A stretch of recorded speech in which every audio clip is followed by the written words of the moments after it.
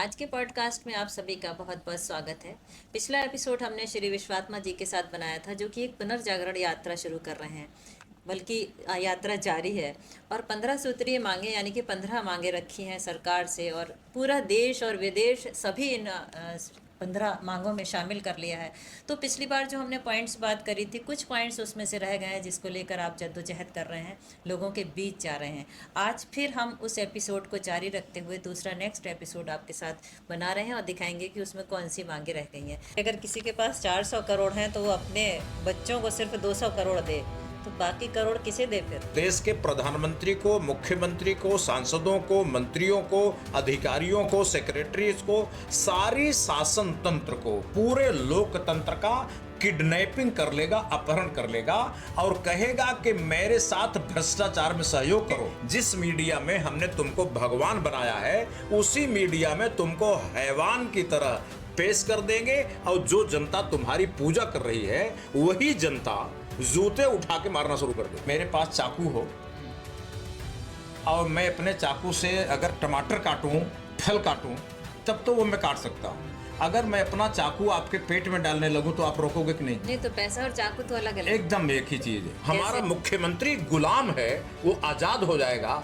हमारे सांसद विधायक गुलाम हैं, वो आजाद हो जाएंगे। जापान में एक आदमी के मरने के बाद 80% पैसा, उसकी संपत्ति सरकार के पास चली जाती है। उसके प्रधानमंत्री को बंदर की तरह नचाया नहीं जा सकता, जैसे हमारे देश के प्रधानमंत्री को नचाया जा सकता है। देश में चारों तरफ बेरोजगारी है, प्रधानमंत्री घड़ियाली आंसू बहा रहा। देखो, हाई कोर्ट, सुप्रीम कोर्ट में कोई भी जज कंपटीशन पास करके नहीं बैठता, वहां तो नियुक्ति होती है। तो किसको देते हैं 50 और 25 करोड़ रुपए? कहाँ खर्च होता है? कर देना। टिकट देने का जो क्राइटेरिया है वो तो बहुत अलग अलग तरीकों से आता है कि धर्म क्या है, जाति क्या है, उसके पास पैसा क्या है, उसको समाज कितना जानता है, वो किस पार्टी से बिलोंग करता है। इतने सारे क्राइटेरियाज के बाद आप कैसे उम्मीद करेंगे किसी आम आदमी को टिकट मिलेगा? जब पुलिस का लाठी खाना हो, मुकदमे झेलना हो, तो साइकिल मोटरसाइकिल वाले कार्यकर्ता हो, और जब टिकट लेना हो तो फॉर्च्यूनर वाले। जो अमीर दलित हैं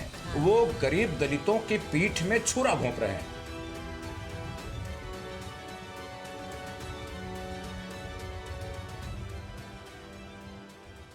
सर, कुछ बातें कर ली थी और कुछ बातें रह गई थी। तो जो बातें रह गई थी उसमें से पहला पॉइंट ये आता है कि यूरोपियन यूनियन की तरह दक्षिण एशियाई में भी बनना चाहिए। ये क्या है? देखिए, मैं ये मानता हूँ कि पूरी दुनिया अब एक होती जा रही है। हमारा मोबाइल है, इससे हम पूरे अमेरिका, जापान, जर्मनी से बात करते हैं, और लगभग फ्री, हल्का पैसे से। तो पूरी दुनिया को तकनीक ने एक कर दिया। लेकिन हमारी जो राजनीतिक सोच है वो अभी संकीर्ण बनी हुई है। हम अभी लड़ने की तैयारी कर रहे हैं पड़ोसी से। टेक्नोलॉजी हमें एक बना दिया, एक परिवार बना दिया, लेकिन हमें वो परिवार हजम नहीं हो रहा जो दूसरे देश में है। तो ऐसी स्थिति में इस बारे में यूरोप ने एक कदम उठाया।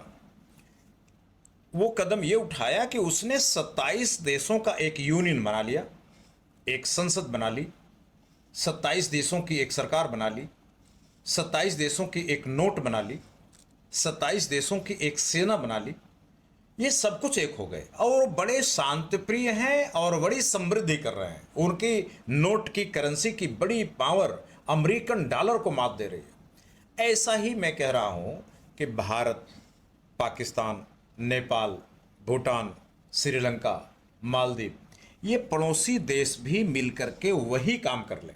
जब संप्रभुता की इजाद करने वाले, आधुनिक संप्रभुता की इजाद करने वाले यूरोप ने अपनी उस संप्रभुता के सिद्धांतों को दफन कर दिया और आपस में जुड़ गए और अपनी प्रगति हासिल कर रहे हैं, शांति प्रिय हो गए और अपनी शांति की गारंटी ले ली। वही काम हम भारत, पाकिस्तान यानी दक्षिण एशियाई देशों के बारे में कह रहे हैं। ऐसा हुआ तो न तो आतंकवाद होगा, न तो युद्ध का खतरा होगा, न तो एक देश दूसरे देश के शोषण करेगा, न तो सीमा विवाद के कारण कभी कभी सीमा पर झड़पें होंगी, न गरीबों के बच्चों की जान जाएगी, न सेना हमारी मारी जाएगी। और कुल मिलाकर के हम ये कह सकते हैं कि हम अगर सभ्य हैं तो ज़्यादा बड़े सभ्य हो जाएंगे, और अगर हम असभ्य हैं तो सभ्य हो जाएंगे। अच्छा। बड़ा अजीब सा एक अगला पॉइंट है कि अगर किसी के पास 400 करोड़ हैं तो वो अपने बच्चों को सिर्फ 200 करोड़ दे, तो बाकी करोड़ किसे दे फिर? हम ये मानते हैं कि जितनी बड़ी समस्या गरीबी है उतनी बड़ी समस्या अमीरी भी है, क्योंकि ये दोनों आपस में जुड़े हुए हैं। जब एक व्यक्ति के पास बहुत पैसा होगा तो वो दूसरों के जेब को खाली कर देगा, और अगर किसी के पास बहुत पैसा होगा तो 100-200 टेलीविजन चैनल चलाएगा। फिर वो टीवी चैनल चला के वो देश के प्रधानमंत्री को, मुख्यमंत्री को, सांसदों को, मंत्रियों को, अधिकारियों को, सेक्रेटरीज को, सारी शासन तंत्र को, पूरे लोकतंत्र का किडनैपिंग कर लेगा, अपहरण कर लेगा, और कहेगा कि मेरे साथ भ्रष्टाचार में सहयोग करो। अगर मेरे भ्रष्टाचार में सहयोग करोगे तो हम तुम्हें प्रधानमंत्री, मुख्यमंत्री की कुर्सी पर रहने देंगे, और अगर नहीं करोगे तो हम तुम्हें उखाड़ के फेंक देंगे।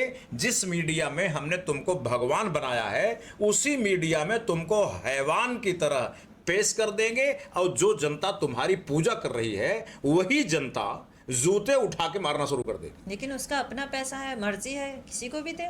देखो, आपका अपना पैसा है, आप अपने पैसे को किसी भी तरीके से खर्च कर सकती हो, यही आप कह रही हो। हाँ। तो इसका मतलब मेरे पास चाकू हो और मैं अपने चाकू से अगर टमाटर काटूं, फल काटूं, तब तो वो मैं काट सकता हूं। अगर मैं अपना चाकू आपके पेट में डालने लगूं तो आप रोकोगे कि नहीं? नहीं, तो पैसा और चाकू तो अलग अलग। एकदम एक ही चीज है। कैसे? पैसा और चाकू एक ही चीज है। हाँ। इसके दो उपयोग किए जा सकते हैं, एक तो अपने हित में और एक दूसरे के विरुद्ध। अगर आपके पास पैसा है तो आप उस पैसे से पौष्टिक भोजन खा सकते हो, अपनी सुरक्षा के इंतजाम कर सकते हो, चौकीदार को रख सकते हो घर के सामने, लेकिन उसी पैसे से आप किसी को मारने की सुपारी भी दे सकते हो। तो पैसा, इसलिए मतलब पैसा उसका चाकू पैसा है। ले लो। नहीं, हाँ। हम कहते हैं कि जब तक व्यक्ति जीवित रहे वो जितना भी कमाए उसको आनंद लेने दो पैसे का, लेकिन जब वो मरे तो उसके बच्चों को अनलिमिटेड, सीमाहीन उत्तराधिकार मत दो, उसकी एक लिमिट बनाओ। हमारा प्रस्ताव है कि 200 करोड़ रुपया आज 2025 की कीमतों पर 200 करोड़ रुपया तक पैसा किसी व्यक्ति को अधिकार हो कि अपने बच्चों को दे दे। 200 करोड़ से ऊपर की जो रकम है वो संपत्ति सरकार अधिग्रहण कर ले, टैक्स लगा के ले ले, और जो सरकारी नौकरी जो हम देने की बात कर रहे हैं युवकों को, बेरोजगारों को, उनके वेतन में ट्रांसफर कर दे। तो इस तरीके से कोई व्यक्ति सीमा से ज्यादा अमीर नहीं बन पाएगा और लोकतंत्र अपहरण मुक्त हो जाएगा। हमारा प्रधानमंत्री आजाद हो जाएगा जो आज पूरी तरह गुलाम है। हमारा मुख्यमंत्री गुलाम है, वो आजाद हो जाएगा। हमारे सांसद विधायक गुलाम हैं, वो आजाद हो जाएंगे। तो कुल मिलाकर हम एक गुलाम देश से आजाद देश की तरफ बढ़ जाएंगे। अब ये गुलामी कोई विदेश ने कायम नहीं की, हमारे ही देश के पैसे वालों ने, दूसरे देश के पैसे वालों ने मिल करके हमारे देश की सरकार को, मुख्यमंत्री, प्रधानमंत्री को, संसद, विधानसभा को गुलाम बना लिया है। और ये तभी होगा जब अमीरी रेखा बने, और वह 200 करोड़ रुपया हमारा प्रस्ताव है। संसद चाहे तो चर्चा करे, विचार विमर्श करे, 200 करोड़ को 500 करोड़ कर दे, 1000 करोड़ कर दे, 1,00,000 करोड़ कर दे, वो बहस करके कुछ करें। लेकिन जापान में एक आदमी के मरने के बाद 80% पैसा, उसकी संपत्ति सरकार के पास चली जाती है। अच्छा, अनलिमिटेड नहीं है। इसलिए जापान आज इतना बड़ा देश है और वहां एक सस्टेनेबल डेवलपमेंट हो रहा है। और जापान की सरकार के, उसके प्रधानमंत्री को बंदर की तरह नचाया नहीं जा सकता जैसे हमारे देश के प्रधानमंत्री को नचाया जा सकता है। तो इसलिए अगर आप चाहते हो कि संविधान का शासन रहे, अगर आप चाहते हो कि लोकतंत्र रहे, आप चाहते कि जनता के प्रतिनिधियों का ही शासन चले, धनवानों का शासन न चले, तो जरूरी है कि अमीरी की एक लिमिट होनी चाहिए। जैसे गरीबी रेखा बनी उसी तरह अमीरी रेखा बननी चाहिए। मेरा प्रस्ताव है कि 200 करोड़ रुपया की सीलिंग कर दिया जाए। जैसे जमीनों की सीलिंग हुई उसी तरह धन की सीलिंग कर दिया जाए। जमीनों की सीलिंग से करोड़ों लोगों को राहत मिली, धन की सीलिंग कर दी जाएगी, और वो पैसा जब लोगों के घर घर पहुंच जाएगा तो उससे पूरा देश, पूरा राष्ट्र राहत की सांस लेगा। ये बात अपने आप कैसे लोगों तक पहुंचाएंगे, कैसे सरकार तक, कैसे मनवाएंगे इस बात को? जब तक लोकतंत्र है और जनता को वोट का अधिकार है, अगर ये आवाज़ जनता तक पहुंचेगी कि सीमाहीन अमीरी ही उनकी गरीबी के कारण है, जिस दिन ये समझ में आएगी वो अपने वोट देने का तरीका बदलेंगे। वो जाति के अपने किसी अमीर, आप कहना चाह रहे हैं कि पैसा जो है डंप है कुछ जगह पे? नहीं, मैं कहता हूं अगर पैसा सर्कुलेशन में है तब भी नुकसान है, क्योंकि अगर पैसा सर्कुलेशन में भी है, डंप है तो नुकसान है ही। अगर मेरे जेब का 100 रुपया दिन भर निकल करके मैंने आपको दिया, आपने सब्जी वाले को दे दिया, सब्जी वाले ने फल वाले को दे दिया, फल वाले ने किसी रिक्शे वाले को दे दिया, उसने किसी और 10 जेबों से गुजरा, तो मेरे 100 रुपए ने 1000 रुपए काम किया, 1000 रुपए का आनंद देश के लोगों को दिया। लेकिन अगर वो 100 रुपया मेरी जेब में सुबह से लेकर शाम तक पड़ा रह गया, तो उस 1000 रुपए का लाभ नहीं मिला, 900 रुपए का नुकसान देश ने उठाया, मैं 100 रुपए का लाभ उठा सका। पैसा सर्कुलेशन में रहता है तो देश का फायदा है, लेकिन अगर पैसा सर्कुलेशन में है लेकिन उस सर्कुलेशन को कंट्रोल करने वाला एक ही आदमी है या 2-4 आदमी है, तो वो फिर आपका पूरा राजनीतिक तंत्र, प्रधानमंत्री का अपहरण जरूर करेंगे। प्रधानमंत्री उनकी मर्जी से ही करेगा, जनता की मर्जी से कुछ नहीं करेगा। यही कारण है कि देश में चारों तरफ बेरोजगारी है, प्रधानमंत्री घड़ियाली आंसू बहा रहा, चारों तरफ गरीबी है, प्रधानमंत्री खाली दुहाई दे रहा है। अब आज 70-75 साल हो गया, गरीबी खत्म नहीं हो पाई, और चीन ने अपने देश में गरीबी खत्म कर ली। हम पहले आजाद हुए, हमारे देश में गरीबी रह गई। आज लगभग 1/4 जनसंख्या दरिद्र है। बिहार में अभी जनसंख्या आंकड़े हुए जारी हुए हैं, उसमें आप देख लें, बिहार में 43%, 43% जो SC ST हैं, अभी वो गरीबी रेखा के नीचे, मतलब दरिद्र रेखा के नीचे हैं। उनके कच्चे मकान भी मयसर नहीं है, उनके खाने का ठिकाना नहीं है। 43%, ये हमारे देश को शर्म आनी चाहिए। हाँ। और चीन हमसे आगे निकल गया। और एक सवाल जो बहुत महत्वपूर्ण है, किसानों को MSP का मूल्य मिलना चाहिए, उसके लिए बराबर चीज़ें होती रहती हैं। बहुत अच्छा सवाल आपका है, लेकिन वही सवाल है कि इन सब बातों को कैसे मनवाएंगे, कौन मानेगा, ये सारी धरातल पे कैसे आएंगी? देखिए, आप कोई दुकान चलाइए, हाँ जी। और साबुन तेल की दुकान में साबुन आपको कम रेट में जितना हम खरीदा उससे कम में बेचिए, कितना दिन दुकान चलेगी? हाँ, नहीं चलेगी। नहीं चलेगी। हम यही छोटी सी बात किसानों के बारे में क्यों नहीं समझ पाते कि किसान जितना खर्चा करता है उसके बेचारे की लागत नहीं आती। उसके परिश्रम की तो बात ही छोड़ो, जी जी। लेकिन वो जो खर्चा कर देता है खाद में, बीज में, दवाइयों में, पानी में, जुताई में, मजदूरी में, ये सारे पैसे आप निकाल दो तो उसके पैसे देखो कि वो बेचने से जो सामान पैसा आता है वो बहुत कम है। तो इतनी छोटी सी बात, जब इतना बड़ा कृषक समाज है, हाँ। इस समाज के बारे में क्या हम सोच नहीं सकते? अगर मान लो कि स्वामीनाथन कमीशन ने कहा कि साहब, उसने एक फार्मूला दिया कि इस आधार पर लोगों के उपज की कीमतें तय करो, क्या बुराई है? जब आप लाखों करोड़ रुपया उद्योगपतियों को माफ कर देते हैं क्योंकि आपको उद्योग चलाना है, तो किसानों को क्यों नहीं माफ कर देते? किसानों को माफ नहीं किसानों को ये सब्सिडी क्यों नहीं दे देते हैं? बिल्कुल सही बात तो है। इसीलिए हमने कहा कि ये जो रोना है कि बहुत पैसा हो जाएगा, इंतजाम नहीं हो पाएगा, बिल्कुल गलत है। मुश्किल से 1.5 लाख करोड़ रुपया खर्चा करने से पूरे देश के किसानों को लगभग सभी फसलों पर, सब्जियों पर, फलों पर MSP मिल जाएगी।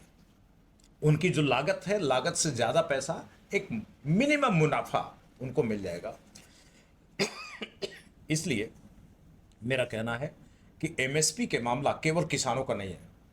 हम आप जो ड्राइंग रूम्स में हैं, AC कमरों में रहते हैं, हम भी उन्हीं किसानों का दिया हुआ, पैदा किया हुआ रोटी खाते हैं। हाँ, इसलिए जो हमारा अन्नदाता है, हम भले AC कमरों में रहें, हम भले खेती ना करते हों, न्यूनतम समर्थन मूल्य MSP का लाभ भले हमें ना मिलता हो, इसके बावजूद भी हमारा फर्ज है कि हम जिसका खा रहे हैं उसको न्याय दिलाने के बारे में सोचें, कुछ करें और उनका आर्थिक सहयोग करें। हाँ। अगला सवाल आपका कहें या अगला पॉइंट कहें कि राजनीतिक उत्तराधिकार समाप्ति कानून, तो क्या कहना चाह रहे हैं कि मंत्री है तो बेटा उसका मंत्री नहीं बन सकता? नहीं, मैंने मंत्रियों के बारे में नहीं कहा। हम ये सुझाव दे रहे हैं सरकार को कि आमतौर पर ये माना जाता है कि राजनीति वंशवाद बुरा है, और बहुत सारे पार्टियों को, बहुत सारे नेताओं को आप सुनेंगे कि भाई वंशवादी राजनीति बहुत गलत है। अगर वंशवादी राजनीति गलत है तो उस तरह की राजनीति को रोकने के लिए कानून क्यों नहीं लाते? मैंने एक सुझाव दिया है कि आप संसद में एक विधेयक पेश करो, और कम से कम यहां से शुरुआत करो कि जो संवैधानिक पदों पर बैठे हुए लोग हैं वो वंशवादी राजनीति करने का स्कोप उनके लिए समाप्त करो।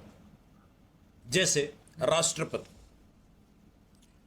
राष्ट्रपति संवैधानिक पद पर है, राज्यपाल संवैधानिक पद पर है, हाँ, प्रधानमंत्री और मुख्यमंत्री ये दोनों संवैधानिक पद पर है, हाँ, सुप्रीम कोर्ट हाई कोर्ट के जज संवैधानिक पद पर है, सीएजी संवैधानिक पद पर है। अभी केवल इतने ही लोगों को आप वंशवाद खत्म करने की जद में लो। ये मुट्ठी भर लोग हैं, ठीक, गिने चुने लोग हैं। हाँ, कम से कम इन लोगों को मालूम हो कि मेरी कुर्सी पर मेरा बेटा नहीं बैठ पाएगा, मेरी कुर्सी पर मेरी संतति, मेरे बच्चे नहीं बैठ पाएंगे। जब नहीं बैठ पाएंगे तो वो अपना सारा दिमाग अपनी कुर्सी के जो जिम्मेदारियां हैं, जो कर्तव्य हैं, उस पर पूरा ध्यान लगा के करेगा। अगर उसे लगता है कि मेरी कुर्सी पर मेरे बेटा या मेरी बेटी के बैठने का रास्ता खुला है, तो वो अपनी कुर्सी पर बैठ के अपना काम नहीं करता। वो सारी कोशिश इसी जुगत में लगा रहता है कि मेरे हटने के बाद मेरा बेटा, मेरी बेटी मेरी कुर्सी तक कैसे पहुंचे। वो इसी जुगत में लगा है। तो मैं ये कह रहा हूं कि जब वंशवाद हमने लोकतंत्र से समाप्त कर दी, राजशाही खत्म कर दी, वंशवाद खत्म करना ही लोकतंत्र था। जब हमने ऐसा कर दिया तो एक कानून बना दिया जाए, राजनीतिक उत्तराधिकार उन्मूलन अधिनियम। अच्छा, इससे यह तय कर दिया जाए कि किसी भी संवैधानिक पद पर बैठा हुआ व्यक्ति के बच्चे, उसके रक्त संबंधी उन पदों पर बैठने के अयोग्य घोषित कर दिए जाएं। वो कुछ और काम करें। दुनिया में बहुत काम है। नहीं, और वो अगर रिटन क्वालिफाई करते हैं, कंपटीशन निकालते हैं, जज का बेटा जज आता है अपना रिटन क्वालिफाई करके या एग्जाम पास करके, तब तो बैठ सकता है ना। नहीं, देखो, हाई कोर्ट, सुप्रीम कोर्ट में कोई भी जज कंपटीशन पास करके नहीं बैठता, वहां तो नियुक्ति होती है। तो अगर एक व्यक्ति जज है हाई कोर्ट या सुप्रीम कोर्ट का, तो उसके बेटे को कम से कम जज के अयोग्य माना जाए। अच्छा, वो ईमानदार हो तो भी ना बैठने दिया जज जाए। बनने के को भी कंपटीशन पास किया किसी ने, पीसीएस जे का कंपटीशन पास किया, वो जज बन गया, उसका बेटा भी जज है, तो वो क्यों ना बने जज? मैं कहता हूं बने, क्योंकि वो संवैधानिक पद पर नहीं है। हाँ, मैं केवल संवैधानिक पदों की बात कर रहा हूँ। अच्छा, किन किन पदों की बात? राज्यपाल के पद पर अच्छा, उनके बच्चों को बैठने से रोक लगाई तो जाए। ऐसा कहाँ होता है? ऐसा तो अक्सर नहीं बिल्कुल होता है। आप सर्वे कर लीजिए, हाँ, आप राज्यपालों को सर्वे कर लीजिए। राज्यपालों के बेटे अच्छे खासे राज्यपाल बनते हैं। हाई कोर्ट, सुप्रीम कोर्ट के जजेस के बेटे ही हाई कोर्ट, सुप्रीम कोर्ट के जज बनते हैं। आप सर्वे कर लीजिए। तो वो अपने एक दो काबिलियत उदाहरण से बनते नहीं, होंगे ना। प्रधानमंत्री के बेटे प्रधानमंत्री बनते हैं। इंदिरा गांधी के बेटे राजीव तो गांधी। जनता सुनती है, जनता चुनती है ना उन्हें। मेरा कहना है कि जनता तो बहुत कुछ करना चाहती है। हाँ, जनता को आप टिकट दे करके उसका रास्ता बंद कर देते हैं कि आप कहते हैं मैंने पहले चुना, बीजेपी ने जिसको चुना, कांग्रेस ने जिसको चुना, हमारे चुनाव में ही किसी को पसंद करो। आपने जनता के चुनाव का रास्ता तो बंद कर दिया।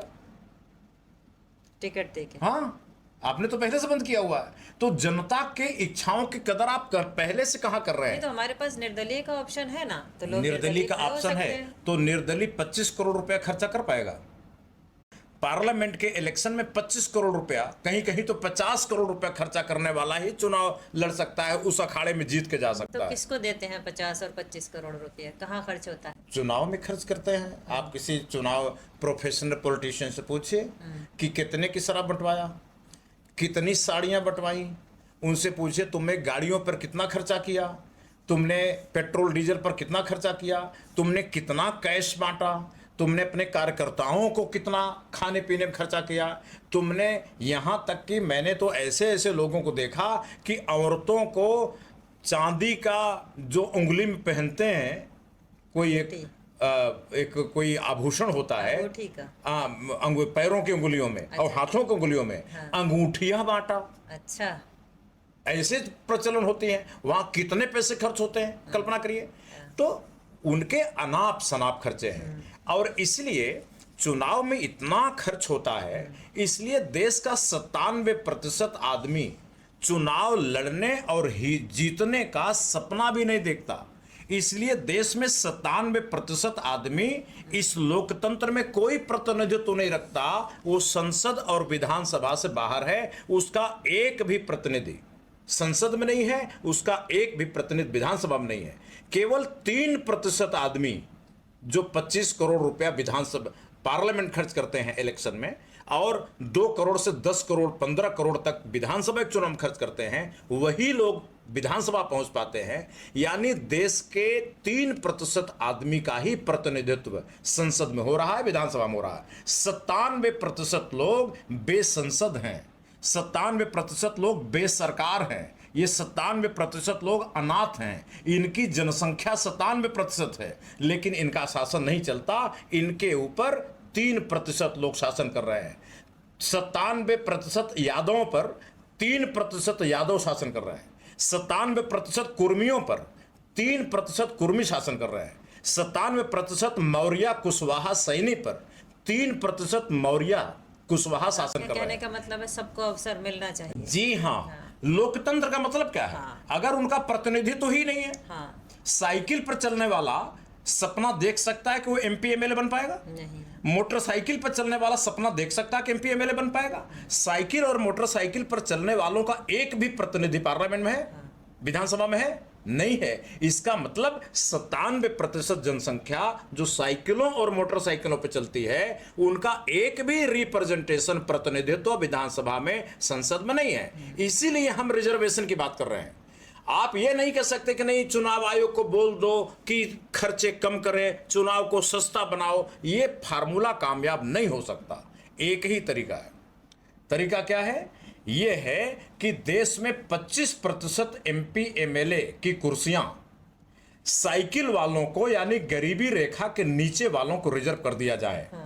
अब कोई टिकट देगा पार्टी, जो सीट रिजर्व है, मान लो 25% संसद की सीटें, लगभग 125 सांसद की सीटें जब गरीबों के लिए रिजर्व होंगी, तो कोई भी टिकट देगा, कांग्रेस बीजेपी कोई भी देगा, तो वो कहेगा कि भाई यहां उसी आदमी को टिकट मिलेगा जिसके पास बीपीएल के कार्ड है, गरीबी रेखा के नीचे हो। इसी प्रकार 72% 72% सीटें उनको रिजर्व कर दिया जाए जो मोटरसाइकिलों पर या छोटी कारों पर चलते हैं, जो गरीबी रेखा के ऊपर तो हैं लेकिन अमीरी रेखा के नीचे है।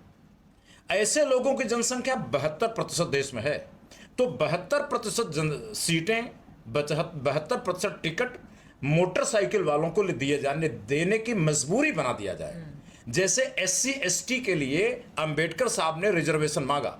उन्होंने कहा कि एससी एसटी, हमारे समाज के लोग यादवों का मुकाबला नहीं कर सकते, हमारे समाज के लोग ब्राह्मणों ठाकुरों बनियों का मुकाबला नहीं कर सकते। उनको तो रिजर्वेशन दो कि ऐसी सीटें हों जहां हमारी ही बिरादरी के लोग हर पार्टी से लड़े। ऐसे ही देश में हम कह रहे हैं बाबा साहब अंबेडकर की तरह आर्थिक आधार पर टिकट बांटा जाए। आर्थिक आधार पर कि 25% सीटें आप उन्हीं को दो जो गरीबी रेखा के नीचे है, 72% टिकट उनको दो जो गरीबी रेखा के ऊपर हैं लेकिन इनकम टैक्स के नीचे है, आयकर नहीं देते। या आप अमीरी रेखा का कानून बन जाए जब, तो आप उनको अलग कर देना। टिकट देने का जो क्राइटेरिया है वो तो बहुत अलग अलग तरीकों से आता है कि धर्म क्या है, जाति क्या है, उसके पास पैसा क्या है, उसको समाज कितना जानता है, वो किस पार्टी से बिलोंग करता है। इतने सारे क्राइटेरियाज के बाद आप कैसे उम्मीद करेंगे किसी आम आदमी को टिकट मिलेगा? मैं जब रिजर्वेशन हो गया, जिन सीटों पर रिजर्वेशन हो गया वहां एससी को टिकट मिल रहा है कि नहीं, मजबूरी बन गई कि नहीं। उसी तरह जब 25% सीटें, 100 में 25 सांसदों की कुर्सियों पर गरीबों का आरक्षण हो जाएगा, तो बीपीएल कार्ड वालों को ही टिकट मिलेगा। वो मजबूरी हो जाए, कानूनी मजबूरी हो जाएगी। इसी तरह की कानूनी मजबूरी मोटरसाइकिल वालों के लिए हो जाएगी। तो जब तक यह नहीं होगा तब तक सभी पार्टियों में 99% कार्यकर्ताओं का शोषण होगा। जब पुलिस का लाठी खाना हो, मुकदमे झेलना हो, तो साइकिल मोटरसाइकिल वाले कार्यकर्ता, और जब टिकट लेना हो तो फॉर्च्यूनर वाले, महोदय जी, हेलीकॉप्टर वाले। तो ये बात, इतना बड़ा जुल्म देश में चल रहा है और इस जुल्म के खिलाफ कोई आवाज नहीं आ रही है। इसलिए हमने कहा कि जैसे अपना वेतन पेंशन बढ़ाने के लिए सारी पार्टी के सांसद और विधायक एक हो जाते हैं और ध्वनि मत से वेतन बढ़ा लेते हैं, उसी तरह से सारी पार्टियों के कार्यकर्ता एक हो जाएं, सर्वदलीय एकता बना के गरीबों के लिए और गरीबी रेखा के ऊपर एपीएल बीपीएल के रिजर्वेशन कानून बनाए, तब जाके लोकतंत्र में वास्तविक लोकतंत्र आएगा। ये नकली लोकतंत्र, अमीरों का लोकतंत्र, एलिट लोकतंत्र खत्म होगा, वास्तविक लोकतंत्र आएगा। अगला सवाल है या अगला पॉइंट है आपका कि ओबीसी की तरह जो क्रीमी लेयर है उसको आरक्षण खत्म किया जाए। नहीं, ये मेरा पिछले दिनों ये हुआ भी था, तो बड़ा हंगामा हुआ था कि आरक्षण खत्म कर रहे हैं, लेकिन जो क्रीमी लेयर है उसको वास्तव में खत्म होना चाहिए उसका आरक्षण। देखिए, इस बारे में हम नहीं कह रहे हैं, सुप्रीम कोर्ट कह रहा। हाँ, सुप्रीम कोर्ट ये कह रहा है, उसके ऑब्जर्वेशन है कि देश में, वो भी संविधान पीठ ने कहा है, ये कोई डिविजनल बेंच 2 जजों ने कहा, एक जज ने नहीं बोला, 5 जजेस की कॉन्स्टिट्यूशनल बेंच ने कहा है कि देश में ये आप बात दिख रही है कि जो एससी एसटी का रिजर्वेशन कुछ मुट्ठी भर लोगों ने कब्जा कर लिया। कुछ जातियां हैं जो रिजर्वेशन का ज्यादातर फायदा उठा रही है, और जैसे चर्चा में आती मीना जाति है, एक मीना जाति, एसटी रिजर्वेशन का ज्यादातर हिस्सा एक जाति मीना जाति ने उठा लिया। उन्होंने सब कैटेगरी बनाने के लिए सुप्रीम कोर्ट ने कहा, नंबर 1। नंबर 2 बात यह कहा कि जैसे ओबीसी में, पिछड़े वर्गों में, सुप्रीम कोर्ट ने एक क्रीमी लेयर की कंडीशन लगा दी थी कि अगर आपको एक बार रिजर्वेशन से आप फर्स्ट क्लास की नौकरी पा गए, कलेक्टर बन गए जी, तो आपके बेटे को कलेक्टर बनने की आजादी मिलेगी, लेकिन आरक्षण का सहारा नहीं मिलेगा। हाँ, यही बात वो कह रहे हैं कि ओबीसी का जो ये क्रीमी लेयर की व्यवस्था है, यही बात एससी एसटी रिजर्वेशन में भी लागू कर दिया जाए, क्योंकि आज 70 साल बाद जिन लोगों को 70 साल पहले आरक्षण मिला था, जो कलेक्टर बन गए, उनके बेटों को कलेक्टर बनने का मौका मिला, फिर उनके पोतों को कलेक्टर बनने का मौका मिला, फिर उनके पड़पोतों को कलेक्टर बनने का मौका मिला। अगर एक परिवार में 5 कलेक्टर हो, उससे ज्यादा अच्छा है कि दलितों के 5 परिवारों में 5 कलेक्टर हो। अगर 5 सरकारी नौकरी एक परिवार में है, इससे ज्यादा अच्छा है कि 5 सरकारी नौकरी 5 परिवारों में। मैं यही कह रहा हूं कि क्रीमी लेयर का जब आदेश और सुझाव सुप्रीम कोर्ट ने दिया, तो सभी दलित सांसद प्रधानमंत्री से मिले और प्रधानमंत्री को कहा कि अगर आपने इसको लागू किया तो हम सब लोगों के कोप भाजन का शिकार होना पड़ेगा। हमने तो ये भी कुछ लोगों से सुना कि उन्होंने कहा कि सारे दलित सांसद एक ही दिन इस्तीफा दे देंगे, रिजाइन कर देंगे, और प्रधानमंत्री ने आत्मसमर्पण कर दिया। अच्छा, दलित लोगों के बारे में, दलित समाज के बारे में बहुत बात करी जाती है, नेता भी करते हैं और सारे देश में लोग करते हैं, सब चाहते हैं कि दलित समाज ऊपर आए, लेकिन उसी दलित समाज में एक एक घर में 5-5 लोग सरकारी नौकरी पाए हुए हैं। दूसरी तरफ वही दलित समाज ऐसा भी है जिनको 2 वक्त की रोटी भी नहीं है। तो ये रिजर्वेशन कहाँ पर है, कैसे लागू है? देखिए, एक 150 किलो का पहलवान, हाँ, अगर 50 किलो के पहलवान से अखाड़े में लड़ जाएगा तो कौन पटका जाएगा? अंडरस्टूड है कि 50 किलो वाला पटका जाएगा।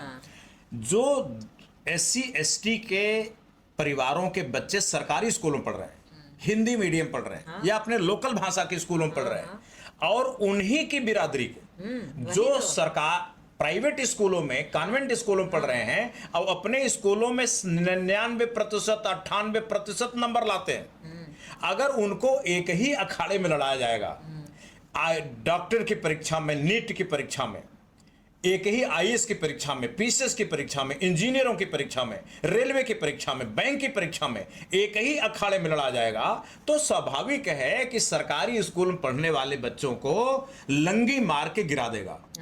अपनी ही बिरादरी का अमीर का बच्चा इसलिए अब ये जो लड़ाई है ये ब्राह्मण दलित के बीच नहीं है, दलित दलित के ही बीच ये में है। लड़ाई अमीर दलित और गरीब दलित के बीच हाँ, में है। बिल्कुल। और अमीर दलित जो परिवार हैं, जिनको हम सामंत दलित भी कहते हैं, ये जो फ्यूडल दलित हैं, ये आरक्षण छोड़ना नहीं चाहते। ये नहीं छोड़ना नहीं छोड़ना चाहते। चाहते। ये चाहते हैं कि मेरा सबसे बुद्धिमान बेटा कलेक्टर बन जाए, हाँ। और जो कम बुद्धिमान है वो पीसीएस बन जाए, हाँ, और जो और कम बुद्धिमान है वो क्लर्क बन जाए, हाँ। और जो महामूर्ख है वो चपरासी बन जाए। हाँ, लेकिन बन जाए मतलब वो सरकारी। चपरासी की भी नौकरी छोड़ना नहीं हाँ, छोड़ना नहीं चाहते। चाहते। उन्होंने पूरे देश के दलित समाज को गुमराह किया है, हाँ। झूठ बोला है। ये कहते हैं कि अगर ये क्रीमी लेयर लागू हुआ, सुप्रीम कोर्ट का आदेश लागू हुआ, तो क्या होगा कि जो दलितों के आरक्षण के लिए रिजर्व कुर्सियां हैं वो खाली रह जाएंगी, और उस पर ब्राह्मण कब्जा कर लेगा, सवर्ण कब्जा कर लेगा, ठाकुर कब्जा कर लेगा, बनिया कब्जा कर लेगा। यही तर्क ऐसा दिया तर्क देते हैं। ये सरासर झूठ है। आपको बताऊं कि कौन सी 4th क्लास की कुर्सी खाली रह रही है, हाँ। कौन सी चपरासी के आरक्षण में चपरासी को कुर्सी निकली और खाली रह गई। एक बात और, जब आरक्षण की बात चल रही है, दलित को एक गरीब मान के उसको आरक्षण दिया गया कि वो पिछड़ा है।